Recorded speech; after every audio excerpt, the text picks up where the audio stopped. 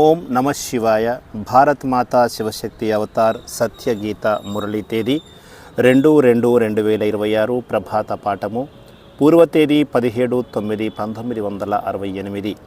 గారాబాల పిల్లలు పతితమైన మనుష్యులే దేవతలకు పూజ చేస్తారు.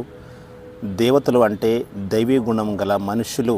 మొదట్లో అవ్యభిచారి భక్తి కొనసాగింది, ఇప్పుడు వ్యభిచారి భక్తి నడుస్తోంది. మనుషులకు పూజ చేయడం అంటే 5 తత్వాలకు పూజ చేసినట్లుగా అనుకోవాలి. ఈ శరీరము 5 తత్వాలతో తయారు చేయబడింది. మధురాతి మధురమైన పిల్లలకు తండ్రి ఇప్పుడు ఇంటి యొక్క స్మృతిని కలగజేస్తున్నారు. మీరు భక్తి మార్గంలో ఆ ఇంటిని గుర్తు చేసేవారు, కానీ ఇప్పుడు అక్కడికే వెళ్ళవలసి ఉంది. ఎలా వెళ్ళాలి? దాని గురించి మీకు ఏమీ తెలియదు. కల్పం యొక్క ఆయుష్ను లక్షల సంవత్సరాలుగా చెప్పిన కారణంగా ఆ ఇంటిని మర్చిపోయారు. ఇంకా లక్షల సంవత్సరాలు ఇక్కడే మన పాత్రను కొనసాగించాలి అనే భ్రమలో ఉండిపోయారు. అందువల్ల మీరు ఆ ఇంటిని మర్చిపోయారు. ఇప్పుడు తండ్రి గుర్తు చేస్తున్నారు. పిల్లలు, మీరు ఇంటికి వెళ్ళే సమయము సమీపంలోకి వచ్చింది. ఇప్పుడు మనము ఇంటికి వెళదామా అని అడుగుతున్నారు. ఇది చాలా సహజమైన విషయము. భక్తి మార్గంలో ఇవేవి కూడా మీకు తెలియదు. ముక్తిధామానికి వెళ్ళాలి అనే విషయం కూడా మీకు తెలియదు. ముక్తిధామము అంటే పరంధామాన్ని ఇల్లుగా పిలవడం జరుగుతుంది. కల్పం యొక్క ఆయుష్ లక్షల సంవత్సరాలు అని భావించడం వల్ల మీరు ఆ ఇంటిని మర్చిపోయారు. దీని కారణంగానే ఇటు తండ్రిని అటు ఇంటిని మర్చిపోయారు. ఇదంతా కూడా లక్షల సంవత్సరాలు అనే మాట రావడం వల్ల జరిగింది. అజ్ఞానము కారణంగా అజ్ఞానపు నిద్రలో మీరు నిద్రించారు. అందువల్ల ఎవరు కూడా దీనిని తెలుసుకోలేకపోతున్నారు. భక్తి మార్గంలో ఇంటికి వెళ్ళడానికి ఇంకా చాలా సమయము ఉంది అని చెప్తూ వచ్చారు. కానీ ఇప్పుడు తండ్రి తెలియచేస్తున్నారు, ఇప్పుడు ఇంటికి వెళ్ళే సమయము వచ్చేసింది అని. మీరు ఎవరూ కూడా లక్షల సంవత్సరాలుగా ఇక్కడ భక్తి చేయడం లేదు. భక్తి ఎప్పటి నుంచి ఆరంభమైంది దీని గురించి ఎవరికి తెలియదు. కాబట్టి లక్షల సంవత్సరాలు అని చెప్పవలసిన అవసరము లేదు. ఇప్పుడు తండ్రిని ఇంటిని కూడా మర్చిపోయారు. ఇది డ్రామాలో ఇలాగే ఉన్నది. ఇప్పుడు తండ్రి తెలియచేస్తున్నారు, ఇంటికి వెళ్ళే సమయము సమీపంలోకి వచ్చేసింది అని చెప్తున్నారు. ఇప్పుడు నేను వచ్చాను మిమ్మల్ని ఇంటికి తీసుకువెళ్ళడానికి అని పరంపిత తెలియచేస్తున్నారు. అందరూ కూడా ఆ ముక్తిధామానికి వెళ్ళాలి, కానీ పవిత్రంగా కాకుండా వెళ్ళలేరు. మీరు గంగా స్నానము ఆచరిస్తూ కూడా మీరు పవిత్రంగా కాలేకపోయారు. ఒకవేళ మీరు పవిత్రంగా అయ్యి ఉంటే ఇప్పటికే మీరు పరంధామానికి చేరుకొని ఉండేవారు. ఎవరికి కూడా పరంధామం గురించి తెలియదు, పవిత్రత గురించి కూడా ఎవరికి తెలియదు. అర్ధకల్పము మీరు భక్తి మార్గంలో ఉన్నారు. భక్తిని ఇప్పుడు కూడా వదిలిపెట్టడం లేదు. ఇప్పుడు పరమాత్మ తెలియచేస్తున్నారు, మీ భక్తి మార్గము సమాప్తమైపోయింది. భక్తి మార్గంలో అపారమైన దుఃఖము ఉంటుంది. అంతేకాని లక్షల సంవత్సరాలుగా మీరు కూడా దుఃఖంగా లేరు. ఇక్కడ లక్షల సంవత్సరాల యొక్క మాట లేనేలేదు. వాస్తవంగా చూసినట్లయితే మీరు గత 1500 సంవత్సరాలుగా దుఃఖాన్ని అనుభవించారు అంతే. ఎందుకంటే అప్పటి నుంచే ఈ ప్రపంచంలో వికారాల యొక్క ప్రకోపం పెరిగింది. మొదట్లో అక్కడి రాజులు కూడా తెలివైన వారిగా ఉండేవారు. నెల రోజుల కాలంలో ఒకసారి మాత్రమే వికారిగా మారేవారు. ఇంకా చెప్పాలంటే నెల కంటే ఎక్కువ సమయంలో ఒకసారి మాత్రమే వికారంలోకి వెళ్ళేవారు. కానీ ఇప్పుడు చూడండి, చాలా ఎక్కువ సార్లు వికారంలోకి వెళుతున్నారు. తండ్రి తెలియచేస్తున్నారు, ఇప్పుడు మీరు సుఖధామంలోకి వెళ్ళాలి. జన్మ జన్మాంతరాలుగా చేసిన పాపము మీ తలపైన ఉన్నది. ఇప్పుడు నన్ను గుర్తు చేసినట్లయితే మీ యొక్క పాపాలు తొలగిపోతాయి. తండ్రిని స్మృతి చేయడం ద్వారానే మీకు సంతోషం కలుగుతుంది. వారు మిమ్మల్ని అర్ధకల్పం కొరకు సుఖధామానికి తీసుకువెళుతారు. అలాంటి వారిని మీరు గుర్తు చేయాలి. ఇప్పుడు పరంపిత చెప్తున్నారు, మీరు దేవతల వలె కావాలి. ముఖ్యమైనది ఇక్కడ పవిత్రంగా అవ్వాలి. రెండవది మీ వ్యక్తిత్వాన్ని మార్చుకోవాలి. వికారాలను భూతంగా పిలవడం జరుగుతుంది. లోభము, మోహము, వాటిని భూతాలుగా వర్ణించలేము. ఈ కామ వికారము చాలా అశుద్ధమైనది. మనుషులను పూర్తిగా మురికివారిగా తయారు చేస్తుంది. లోభం ద్వారా కూడా చాలా మందికి పాపము జమ అవుతుంది. ఈ 5 వికారాలు చాలా బలమైన భూతాలుగా చెప్పుకోవచ్చు. వీటిని వదిలిపెట్టడము చాలా కష్టమైన పని.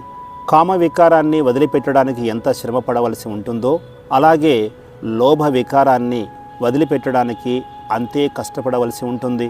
ఎవరు కూడా లోభాన్ని వదిలిపెట్టడం లేదు. కొద్దిమంది జీవితకాలం అంతటిలో కూడా మోహాన్ని వదిలిపెట్టలేకుండా ఉంటారు. మోహాన్ని పట్టుకొనే వేలాడుతూ ఉంటారు. అలాగే జీవితకాలం అంతా కూడా మోహంలోనే మునిగిపోతారు. క్రోధము కూడా అలాంటిదే. చాలామంది పిల్లలకు క్రోధము కలుగుతూ ఉంటుంది. ఇప్పుడు మీకు ఏ భూతాలకు కూడా దరి చేరకూడదు.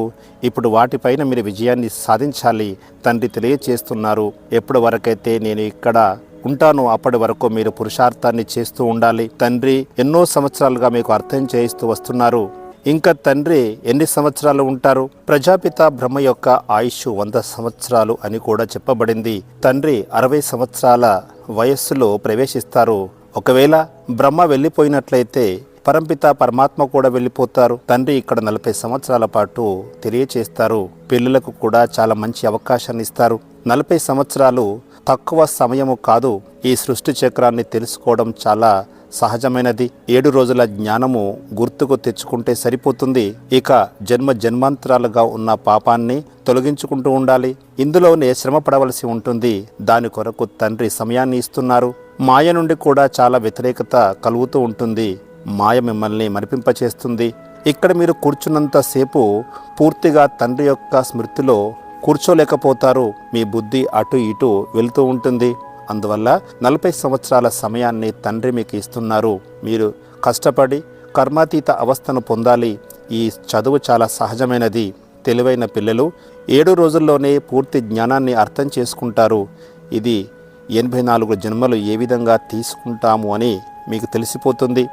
ఇక మిగతాది పవిత్రంగా అవడానికి కష్టపడాలి. ఇందులోనే మీకు చాలా గొడవలు జరుగుతూ ఉంటాయి. తండ్రి చెప్తున్నది సరి అయినదని మీరు అర్థం చేసుకున్నారు. ముందుగా మనము కూడా తండ్రిని గ్లాని చేస్తూ వచ్చాము. వీరు సోదరులుగా తయారు చేస్తారు అని నిందలు వేశారు. కానీ తండ్రి సరిగానే చేస్తున్నారు. క్రిమినల్ దృష్టిని సివిల్ దృష్టిగా ఏ విధంగా మార్చుకోగలుగుతారు? దాని కొరకు యుక్తిని తెలియచేయడం జరిగింది. మనమందరం కూడా బ్రహ్మ యొక్క సంతానము. పరస్పరము సోదరులుగా అవుతాము. దీని ద్వారానే మన యొక్క దృష్టి సివిల్ దృష్టిగా మారిపోతుంది. బ్రహ్మ యొక్క కర్తవ్యము కొనసాగుతుంది కదా. బ్రహ్మ ద్వారా దేవీ దేవత ధర్మం యొక్క స్థాపన జరుగుతోంది. అంటే మనుష్యులను దేవతలుగా తయారు చేస్తారు. తండ్రి పురుషోత్తమ సంగమ యుగములో వస్తారు. ఈ జ్ఞానాన్ని తెలియచేయడానికి తండ్రి కూడా చాలా శ్రమిస్తారు. తండ్రి యొక్క పరిచయాన్ని ఇవ్వడానికి మీరు సెంటర్స్ని ఏర్పాటు చేస్తారు. అనంతమైన తండ్రి నుంచి అనంతమైన వారసత్వాన్ని తీసుకోవాలి. తండ్రి నిరాకారుడు, కృష్ణుడు దేహదారి. శ్రీకృష్ణుడిని భగవంతుడుగా పిలవలేరు. భగవంతుడు వచ్చి భక్తి యొక్క ఫలితాన్ని ఇస్తారు అని కూడా అంటూ ఉంటారు. కానీ భగవంతుని యొక్క పరిచయం ఎవరికి తెలియదు. భగవంతునికి బదులుగా 84 జన్మలు తీసుకునే శ్రీకృష్ణుని యొక్క పేరును చేర్చడం జరిగింది. ఎంతగా అర్థం చేయించినప్పటికీ కూడా వారు అర్థం చేసుకోవడం లేదు. దేహదారులు ఎవరైనా కూడా పునర్జన్మలు తీసుకుంటూ ఉంటారు. వారి ద్వారా వారసత్వము లభించదు. ఆత్మకు పరంపిత పరమాత్మ ద్వారా మాత్రమే వారసత్వం లభిస్తుంది. మనుషుల ద్వారా మనుషులకు ముక్తి, జీవన్ముక్తి యొక్క వారసత్వం లభించదు. ఈ వారసత్వాన్ని పొందడానికి పిల్లలు మీరు పురుషార్థం చేస్తున్నారు. తండ్రిని పొందడానికి మీరు ఎంతగానో కష్టపడ్డారు. మొదట్లో ఒకే శివునికి పూజ చేసేవారు. ఆ తర్వాత చాలా మందికి పూజలు చేస్తూ వచ్చారు. మొదట్లో చేసిన పూజను అవ్యభిచారి భక్తి అని చెప్తారు. ఆ సమయంలో ఇన్ని దేవాలయాలు లేవు. ఇప్పుడు చూడండి, ఎన్నో దేవతలకు దేవాలయాలను నిర్మించారు. భక్తి మార్గంలో మీరు ఎంతగానో కష్టము చేయవలసి ఉంటుంది. భక్తి మార్గంలోని మనుషులకు అందరికీ కూడా శాస్త్రాల జ్ఞానం మాత్రమే ఉన్నది. అక్కడ శాస్త్రాలను మాత్రమే చదివి వినిపిస్తారు. శాస్త్రం ఇలా చెప్తుంది, అలా చెప్తుంది అని అంటూ ఉంటారు. చాలా శాస్త్రాలు ఉన్నాయి. వాస్తవంగా భారతదేశంలో ఇన్ని శాస్త్రాలు ఉండకూడదు. ప్రతి ధర్మానికి ఒకే శాస్త్రం ఉండాలి. ఇక్కడ ఒకే ధర్మాన్ని స్థాపన చేస్తున్నారు కాబట్టి ఇక్కడ కూడా ఒకే శాస్త్రం ఉండాలి. క్రిస్టియన్లకు చూడండి, వారికి ఒకే శాస్త్రం ఉన్నది. బౌద్ధులకు కూడా ఒకే శాస్త్రము ఉన్నది. ధర్మశాస్త్రము అంటే ధర్మ స్థాపన కొరకు ఉపయోగించబడే శాస్త్రము. మిగతావి ఏవైతే శాస్త్రాలు ఉన్నాయో దాని ద్వారా ఎలాంటి మార్గము లభించదు. గతి సద్గతి మార్గాన్ని తండ్రి మాత్రమే తెలియచేస్తారు.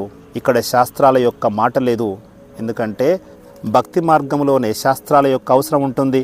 అక్కడ ఎన్నో శాస్త్రాలు దేవాలయాలను ఏర్పాటు చేసుకుంటారు. వాస్తవంగా చూసినట్లయితే దేవీ దేవతల దేవాలయాలు మాత్రమే నిర్మించాలి. దేవీ దేవతలు సత్యయుగంలో ఉంటారు. మనుషుల యొక్క ఆలయాలు నిర్మించకూడదు.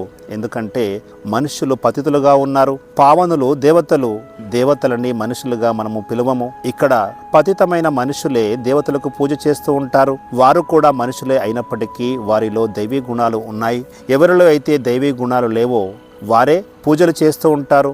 మీరు కూడా ఒకప్పుడు పూజ్యులుగా ఉండేవారు, ఇప్పుడు పూజారులుగా మారిపోయారు. మీరే ఇప్పుడు పూజ్యుల నుంచి పూజారులుగా అయిపోయారు. మొదట్లో అవ్యభిచారి భక్తి ఉండేది, ఇప్పుడు వ్యభిచారి భక్తి కొనసాగుతుంది. మనుషులను పూజించడం అంటే ఈ పంచతత్వాలను పూజించినట్లుగానే భావించడం జరుగుతుంది. ఈ శరీరము పంచతత్వాలతో నిర్మించబడింది. పిల్లలు, మీరందరూ కూడా ఇప్పుడు ముక్తిధామానికి వెళ్ళాలి. దాని కొరకే మీరు ఇంతకాలంగా భక్తిని చేశారు. మిమ్మల్ని నా వెంట తీసుకువెళ్తాను, ఆ తర్వాత సత్యయుగానికి పంపిస్తాను అని తండ్రి తెలియచేస్తున్నారు. పరంపిత పరమాత్మ ఈ పతిత ప్రపంచం నుంచి పావన ప్రపంచంలోకి తీసుకువెళ్ళడానికి వచ్చారు. పావన ప్రపంచాలు రెండు ఉంటాయి, ఒకటి ముక్తిధామము, రెండవది జీవన్ముక్తిధామము. తండ్రి తెలియచేస్తున్నారు, మధురాతి మధురమైన పిల్లలు, ప్రతి కల్పము సంగమ యుగములో నేను వస్తాను. మీరు ఎంతగానో భక్తిని చేశారు, చాలా దుఃఖాన్ని పొందారు. మొదట్లో శివునికి భక్తి చేసిన సందర్భంలో మీకు ఎక్కువగా ఇబ్బందులు కలిగేటివి కావు, కానీ ఇప్పుడు ఎన్నో ఇబ్బందులు ఎదుర్కొంటున్నారు. తండ్రిని వెతకడం కొరకు జన్మాంతరాలుగా మీరు ప్రయత్నాలు చేశారు, అయినా కూడా తండ్రిని పొందలేకపోయారు. అందువల్లనే తండ్రిని మీరు పిలుస్తూ వచ్చారు. ఓ పతిత పావనుడా, వచ్చి మమ్మల్ని పావనంగా చేయమని మీరు కోరారు. తండ్రి తప్ప మరెవరు కూడా మిమ్మల్ని పావనంగా తయారు చేయలేరు. ఇదంతా కూడా 5000 సంవత్సరాలకు సంబంధించిన ఆట, లక్షల సంవత్సరాల మాట ఇక్కడ లేదు. మీరు కూడా డ్రామా అనుసారంగా పురుషార్థాన్ని చేస్తూ ఉన్నారు. ఈ పురుషార్థాన్ని కల్పము కిందట కూడా మీరు చేశారు, ఇప్పుడు మళ్ళీ చేస్తున్నారు. మీ పురుషార్థం అనుసారంగానే రాజధాని స్థాపన జరుగుతుంది. అందరూ ఒకే విధంగా చదువును చదవరు. ఇది పాఠశాల, రాజయోగం నేర్చుకునే చదువు. ఎవరైతే దేవీ దేవత ధర్మానికి చెందిన వారు ఉంటారో వారు మాత్రమే ఇక్కడికి వస్తారు. మూలవతనంలో ఎంతమంది ఉంటారో వారే ఇక్కడికి వస్తారు. అక్కడ ఎక్కువ కానీ తక్కువ కానీ ఉండరు. కానీ ఆత్మలను లెక్కించలేము. నాటకంలో నటుల యొక్క పాత్ర స్పష్టంగా ఉంటుంది, కానీ ఎవరి పాత్ర ఏమిటి అనేది మనం తెలుసుకోలేము. ఎంతమంది ఆత్మలు ఇక్కడ ఉన్నారో అందరి యొక్క వ్యక్తిత్వాలు వేరువేరుగా ఉంటాయి. ప్రతి ఒక్కరూ ఇక్కడికి వచ్చి తమ పాత్రను అభినయిస్తూ ఉంటారు. ఆ తర్వాత మూలవతనములో తమ సెక్షన్లోకి వెళ్ళిపోతారు. మనం మాత్రము కొత్త ప్రపంచంలోకి తిరిగి వస్తాము. మిగతా ఆత్మలందరూ కూడా మూలవతనములోనే ఉండిపోతారు. ఎవరైనా కావాలనుకుంటే మీరు ఈ ఆత్మల సంఖ్యను లెక్కించవచ్చు. దీని గురించి తండ్రి తప్ప మరెవరు కూడా చెప్పలేదు. ఇప్పుడు తండ్రి తెలియచేస్తున్నారు, మీకు ఈ చదువు ద్వారా గుహ్యమైన పాయింట్స్ని తెలియచేస్తున్నాను అని అంటున్నారు. మొదట్లో చెప్పిన చదువుకు ఇప్పుడు చెబుతున్న చదువుకు చాలా వ్యత్యాసము ఉంటుంది అని తండ్రి తెలియచేస్తున్నారు. ఈ చదువు చదవడానికి సమయం పడుతూ ఉంటుంది. వెనువెంటనే ఎవరు కూడా ICS ఎగ్జామ్ను పాస్ కాలేరు కదా. చదువును కూడా క్రమంగా చదవవలసి ఉంటుంది. తండ్రి ఈ చదువును చాలా సహజంగా అర్థం చేయిస్తున్నారు. మనుషులు సహజంగా అర్థం చేసుకునే విధంగా తండ్రి చదివిస్తున్నారు. మొదట్లో చెప్పిన దానికి ఇప్పుడు చెబుతున్న దానికి చాలా వ్యత్యాసం ఉంది. రోజు రోజుకు కొత్త పాయింట్స్ని తండ్రి తెలియచేస్తారు. నేను పతిత పావనుడను, మీ తండ్రిని. నన్నే మీరు పిలిచారు. నేను వచ్చి మిమ్మల్ని పావనంగా తయారు కావాలి అని తెలియచేస్తాను. స్వయాన్ని ఆత్మగా భావించి నిరంతరము నన్ను స్మృతి చేయండి.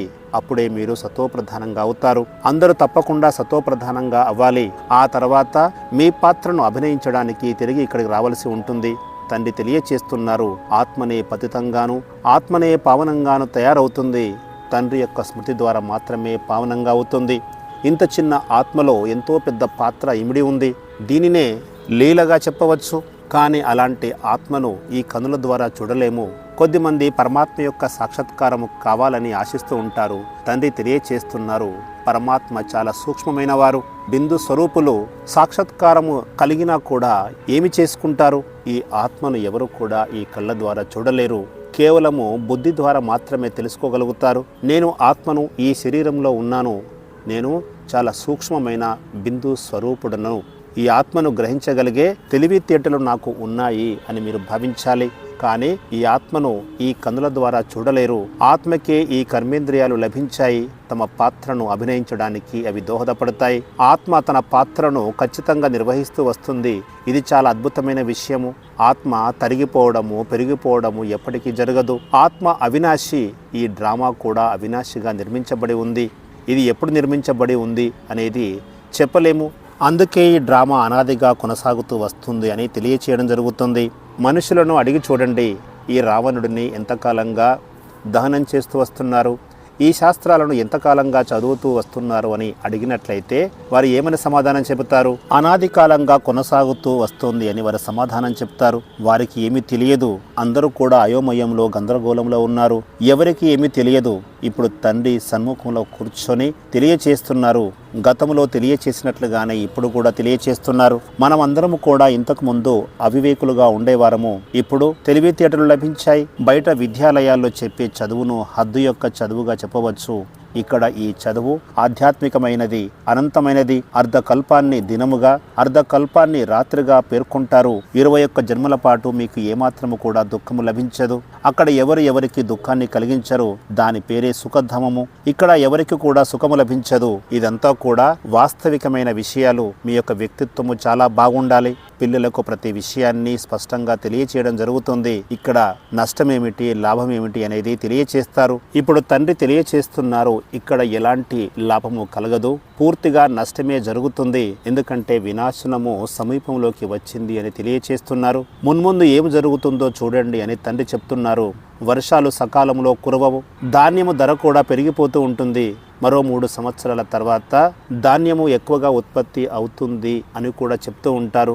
ధాన్యాన్ని విదేశాల నుంచి దిగుమతి చేసుకుంటూ ఉంటారు. మున్ముందు ఎలాంటి సమయం రాబోతుంది అంటే అక్కడ ధాన్యమే లభించదు. ఇలాంటి ఆపదలు రావాల్సి ఉంది. దానినే ఈశ్వరీయ ఆపదలుగా పిలుస్తారు. అక్కడ వర్షాలు కూడా కురియవు. వర్షాలు కురియకుండా క్షామ పరిస్థితులు ఏర్పడుతూ ఉంటాయి. ఇప్పుడు తత్వాలన్నీ కూడా పూర్తిగా పతనమైపోయాయి. ఒకవేళ వర్షం కురిసినా కూడా ఆ వర్షం వల్ల నష్టమే జరుగుతుంది. వీటినే ప్రకృతి ఆపదలుగా పిలుస్తారు. పిల్లలు మీరు అర్థం చేసుకున్నారు. ఇప్పుడు తండ్రి ఆది సనాతన దేవీ దేవత ధర్మాన్ని స్థాపన చేస్తున్నారు. మీకు ఏం ఆబ్జెక్ట్ కూడా లభించింది. మీరు మళ్ళీ నరుని నుంచి నారాయణునిగా అవ్వాలి. ఇప్పుడు మీరు అనంతమైన పాఠాన్ని అనంతమైన తండ్రి ద్వారా చదువుతున్నారు. మీరు ఎలా చదువుతూ ఉన్నట్లయితే అలాంటి పదవిని పొందుతారు. తండ్రి ఇక్కడ మీ ద్వారా పురుషార్థము చేపిస్తున్నారు. పురుషార్థము తక్కువ చేస్తే తక్కువ పదవి లభిస్తుంది. టీచరు విద్యార్థికి తెలియచేయడం జరుగుతుంది. వారు తమ సమానంగా విద్యార్థులను తయారు చేస్తారు. వీరు మంచిగా చదువుతున్నారా లేదా అని టీచర్ మాత్రమే అర్థం చేసుకుంటారు. ముఖ్యమైనది స్మృతి యాత్ర. పాపాల భారము మీ తలపైన ఉన్నది. తండ్రిని గుర్తు చేయడం ద్వారా మాత్రమే ఆ పాపాలు తొలగించబడతాయి. ఇది ఆత్మిక యాత్ర. చిన్న పిల్లలకు కూడా శివబాబా యొక్క స్మృతి చేయమని తెలియచేయాలి. వారికి కూడా శివబాబాను గుర్తు చేసే హక్కు ఉన్నది. ఒకవేళ అర్థం చేసుకోలేని వయసులో ఉన్నట్లయితే ఆత్మగా భావించి తండ్రిని గుర్తు చేయమని చెప్పాలి. అలా వీలు కాకపోతే శివబాబాను గుర్తు చేయమని చెప్పాలి. కష్టపడినట్లయితే వారి కళ్యాణం కూడా జరుగుతుంది. మంచిది. మధురాతి మధురమైన తిరిగి లభించిన పిల్లలకు ఆత్మీయ తండ్రి దాదాల యొక్క ప్రియ స్మృతులు గుడ్ మార్నింగ్. ఆత్మీయ పిల్లలకు ఆత్మీయ తండ్రి యొక్క నమస్తే. వరదానము సహజ యోగి భవ. సహజ యోగం యొక్క స్టేజ్ స్వతహాగా రావాలి అంటే ఎలాంటి విధిని అనుసరించాలి? ముందుగా అమృతవేళ యొక్క విశిష్టతను తెలుసుకోవాలి. అమృతవేళలో అంటే ఆ రోజు యొక్క ఆదికాలంలో మీ స్థితిని శ్రేష్టంగా మార్చుకుంటే దినమంతటా కూడా మీకు సహాయము లభిస్తూ ఉంటుంది. ఆ రోజంతా మీరు మహానతతో గడపవచ్చు. అమృతవేళ తండ్రి ద్వారా శక్తిని నింపుకొని ఆ శక్తి స్వరూపంలో నడిచినట్లయితే ఏదీ కూడా మీకు కష్టం అనిపించదు. ఎలాంటి కష్టమైన సమస్య ఎదురైనా కూడా అది కష్టంగా అనిపించదు. ఇదంతా కూడా తండ్రి ద్వారా పొందిన శక్తి ద్వారా మాత్రమే సహజంగా దినచర్య మారిపోతుంది. తద్వారా సహజయోగి స్థితి స్వతహాగానే మారిపోతుంది. అమృతవేళను మిస్ చేయడం అంటే సంగమ యుగంలోని విశేషమైన ప్రాప్తిని కోల్పోవడంగానే భావించాలి. ఈశ్వరీయ మర్యాదలను విధిపూర్వకంగా నిత్య జీవితంలోకి తీసుకువచ్చినట్లయితే విశ్వం ముందు మీరు ఎగ్జాంపుల్గా నిలుస్తారు. విశ్వములోని వారందరూ కూడా మీ జీవితాన్ని చూసి తమ జీవితాలను కూడా మార్చుకుంటారు. ఇలాంటి మర్యాదలను అనుసరిస్తూ ఉండాలి. అలాంటప్పుడు మాయ మీ దరికి చేరదు. దానివల్ల సహజ యోగిగా అవుతారు. అదేవిధంగా మాయాజీతిగా కూడా అవుతారు. ఓం నమః శివాయ.